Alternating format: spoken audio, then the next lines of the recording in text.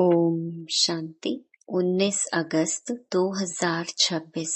मीठे बच्चे, तुम्हें अभी रूहानी कारोबार करनी है। रूह समझकर हर कर्म करने से आत्मा निर्विकारी बनती जाती है। प्रश्न: स्वर्ग का वर्षा लेने और स्वर्ग में ऊंच पद पाने का आधार क्या है? उत्तर: ब्रह्मा कुमार कुमारी बने तो स्वर्ग का वर्षा मिल जाएगा, परंतु ऊंच पद का आधार है पढ़ाई। अगर बाप का बनकर अच्छी रीति पढ़ाई पढ़ते रहें, पूरा पवित्र बने तो राजाई पद मिलता है। कोई पूरा पढ़ते नहीं, कर्म बंधन है, पूरा पवित्र नहीं बने और शरीर छूट गया तो प्रजा में भी साधारण पद पा लेंगे। ओम शांति।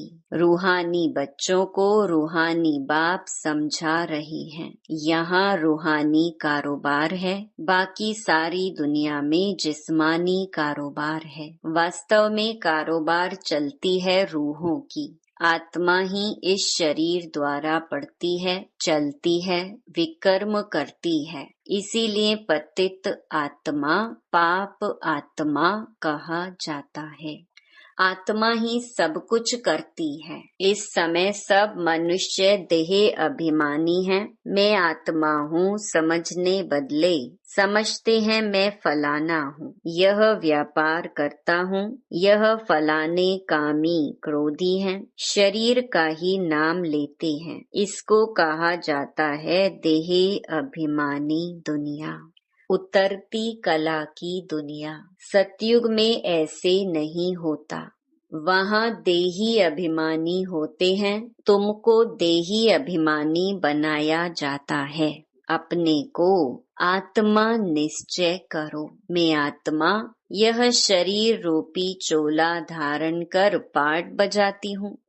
वह एक्टर्स भी भिन्न भिन्न कपड़ा बदली कर पार्ट बजाते हैं। बाप कहते हैं, तुम आत्माएं पहले शांति धाम में थी, तुम्हारा घर है शांति धाम। जैसे वह हद का नाटक होता है, यह फिर है बेहद का नाटक। सभी आत्माएं परम धाम से आकर शरीर धारण कर पार्ट बजाती हैं। आत्माओं का असुल घर है परम धाम। उन एक्टर्स का तो घर यहाँ ही होता है, सिर्फ ड्रेस बदली कर आकर पार्ट बजाते हैं। तो बाप बैठ समझाते हैं, तुम आत्माएं हो।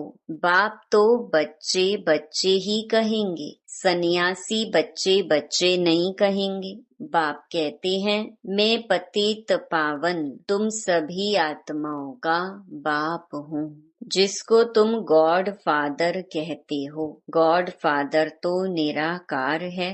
ब्रह्मा विष्णु शंकर को भी गॉड फादर नहीं कहेंगे, उनमें भी आत्मा है, परंतु उनको कहते हैं ब्रह्मा देवता नमः, विष्णु देवता नमः।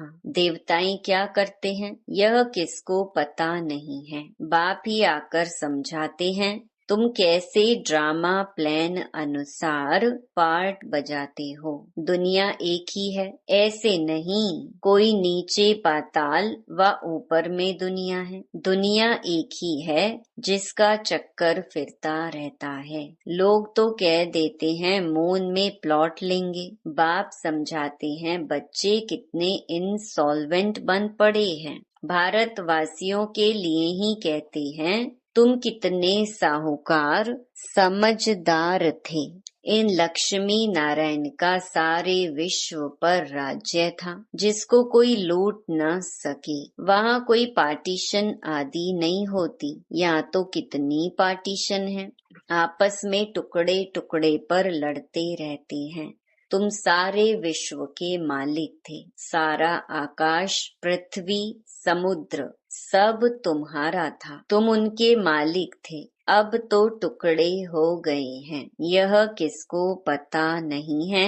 भारत ही विश्व का मालिक था। बाप समझाते हैं, आत्मा को जो पार्ट मिला हुआ है वह कभी घिसता नहीं, चलता ही रहता है।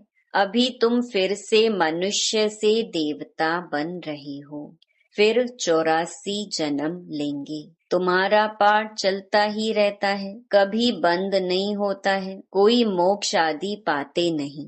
जितने अनेक गुरु, अनेक शास्त्र, उतनी अनेक मतें होती हैं। मनुष्यों में कितनी अशांति है। जहाँ भी जाओ कहेंगे मन को शांति कैसे मिले। यह देह अभिमान में आकर कहते हैं। बाप समझाते हैं मन और बुद्धि यह हैं आत्मा के ऑर्गन्स, बाकी यह सब शरीर की इंद्रियां हैं। आत्मा कहती है मेरे मन को शांति कैसे मिले। वास्तव में यह कहना गलत है। तुम आत्मा हो, तुम्हारा स्वधर्म ही शांत है। तुम ऐसे कहो मुझ आत्मा को शांति कैसे मिलेगी।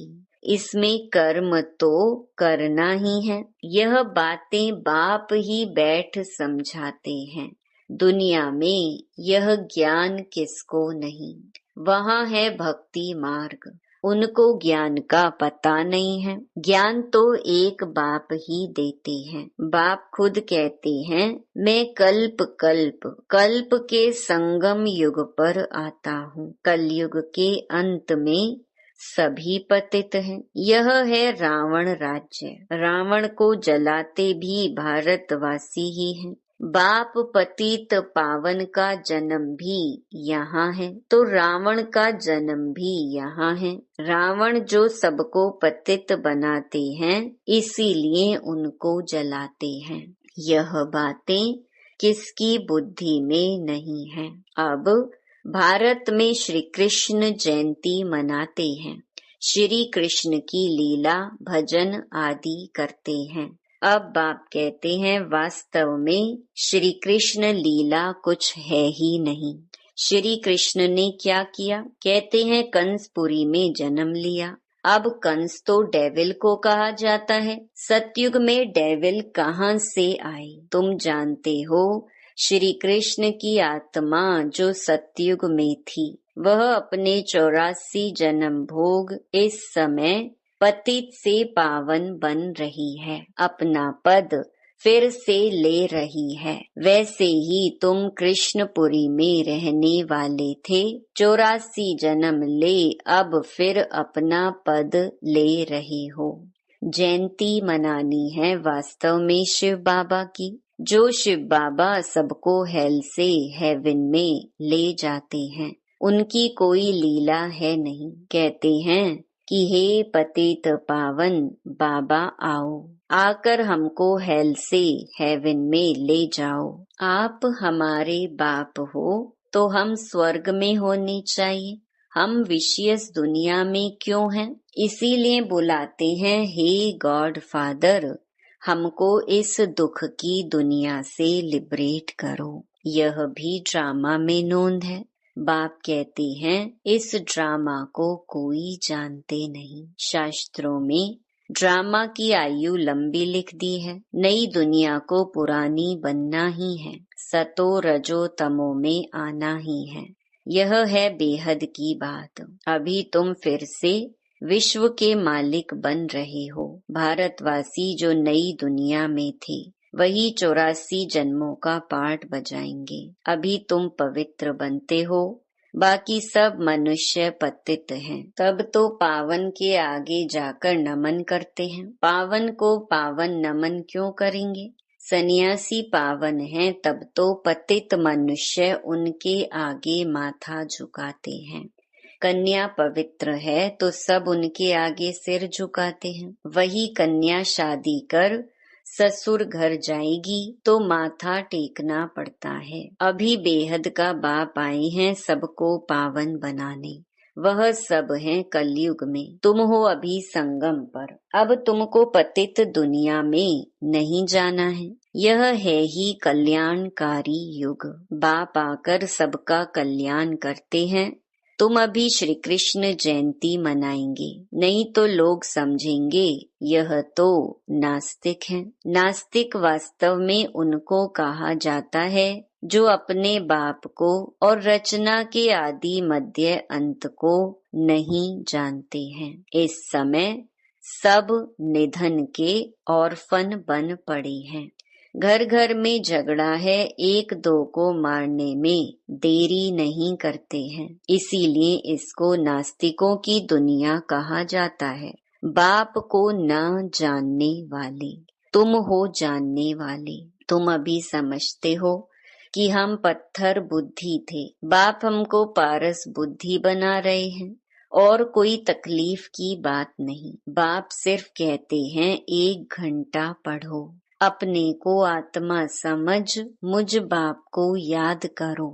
शरीर को याद करेंगे तो लौकिक संबंधों की याद आएगी। देही अभिमानी रहेंगे तो मुझ बाप की याद रहेगी। यह तो है ही विषयस दुनिया। विषय सागर में गोते खाते रहते हैं। विष्णु को क्षीर सागर में दिखाते हैं, कहते हैं वहाँ घी की नदियां बहती हैं। यहाँ तो घासलेट भी नहीं मिलता। फर्क है ना। तो तुम बच्चों को कितनी खुशी होनी चाहिए। बाप ही खिवैया है ना। गाते भी हैं नैया मेरी पार लगाओ। यह सब नैयाएं हैं, खिवैया एक बाप ही है। यह शरीर यहाँ ही छोड़ देंगे, बाकी आत्माओं को पार ले जाएंगे शांति धाम। वहां से फिर भेज देंगे सुख धाम। परमपिता परमात्मा को ही खिवैया कहा जाता है। बाप की ही महिमा गाते हैं अनेक प्रकार से। अभी तुम पवित्र बन पवित्र दुनिया के मालिक बनते हो। श्री श्री शिव बाबा आए हैं श्रेष्ठ बनाने। खुद भगवान कहते हैं यह भ्रष्टाचारी दुनिया है। अभी तुम परम पिता परमात्मा की श्रीमत पर चल श्रेष्ठाचारी बनते हो। कितनी यह गुप्त रमणीक बातें हैं जो तुम बच्चों को ही समझ में आती हैं, औरों को समझ में आएंगी ही नहीं। तुम जानते हो कि अभी देवी देवता धर्म का कलम लग रहा है। जो भी देवी देवता धर्म वाले और धर्मों में चले गए हैं वही आकर फिर ब्राह्मण बनेंगे। ब्रह्मा कुमार कुमारी बनने बिगर बाप से स्वर्ग का वर्षा ले नहीं सकते। अभी तुम ब्रह्मा कुमार कुमारियां स्वर्ग का वर्षा ले रहे हो। जितना पुरुषार्थ करेंगे कराएंगे उतना ऊंच पद पाएंगे। सब तो इतना नहीं कर सकते। पूरा नहीं पढ़ेंगे तो उसका नतीजा क्या होगा। अगर शरीर छूट जाए तो स्वर्ग में आ जाएंगे, परंतु प्रजा में बिल्कुल ही साधारण। अगर बाप का बनकर अच्छी रीति पढ़ें तो राजाई पद पा सकते हैं। नहीं पढ़ते हैं तो समझेंगे उनकी तकदीर में नहीं है। पवित्र रहेंगे पढ़ेंगे तो ऊंच पद पाएंगे। अपवित्र होने से बाप को याद नहीं कर सकेंगे। ऐसे भी बहुत हैं। कर्म बंधन का हिसाब जब छूटे, गाड़ी के दोनों पहिया पवित्र होंगे तो ठीक चलेंगे। दोनों पवित्र रहेंगे तो ज्ञान चिता पर बैठ जाएंगे, नहीं तो खिटपिट होती है। कई बच्चे कहते हैं कि बाबा हम तो जानते हैं श्री कृष्ण सतयुग का पहला प्रिंस है, तो क्यों नहीं कुछ मनाएं। अच्छा, हम श्री कृष्ण की आत्मा को बुला भी सकते हैं। आकर खेल पाल करेगी, रास करेगी और क्या करेगी। गोप गोपियां तो यहाँ ही होते हैं। वहाँ तो प्रिंस प्रिंसेस आपस में मिलते हैं तो रास करते हैं, सोने की मुरली बजाते हैं। यह सब खेल पाल तुम पिछाड़ी में देखेंगे। यह सब पाठ चलेंगे। शुरू में दिखाया गया, फिर तुम पुरुषार्थ में लग गए हो। अब फिर पिछाड़ी में साक्षात्कार होना शुरू होगा। कौन कौन किस पद को पाएंगे यह तुम जानते हो। बाप बैठ यह सब राज समझाते हैं। तुमसे पूछते हैं वेदों शास्त्रों को मानते हो? बोलो हाँ, हम क्यों नहीं मानते हैं।